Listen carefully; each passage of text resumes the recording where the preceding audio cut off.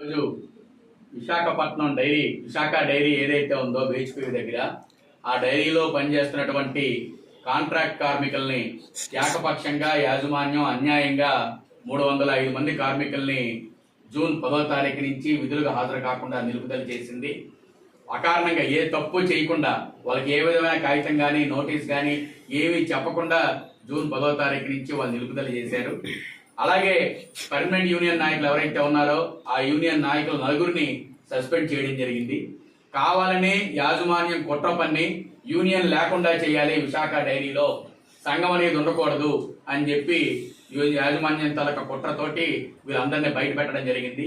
గత 25-30 సంవత్సరాల నుంచి యూనియన్ లేకపోవడం వల్ల యథేచ్ఛగా విపరీతంగా లాభాలు సంపాదించి కార్మికుల తాలూకా శ్రమని దోచుకోవడం జరిగింది.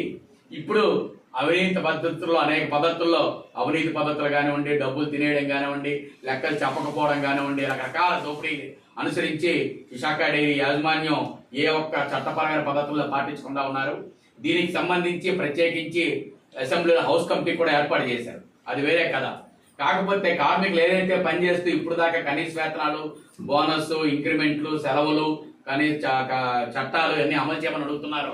యూనియన్ ఏర్పాటు చేసుకొని మా కనీస వేతనాలు ఇవ్వండి, మాకు ఉద్యోగ భద్రత కల్పించండి, 25 సంవత్సరాల నుంచి పనిచేస్తున్నాం, మమ్మల్ని రెగ్యులర్ చేయండి అని అడిగినందుకు కొద్దిగా తాత్కాలికంగా జీతాలు పెంచి ఈ రోజున మొత్తం ఉద్యోగాలు లేకుండా మొత్తం అందరినీ ఉద్యోగాల నుంచి ఏకపక్షంగా తొలగించడం జరిగింది.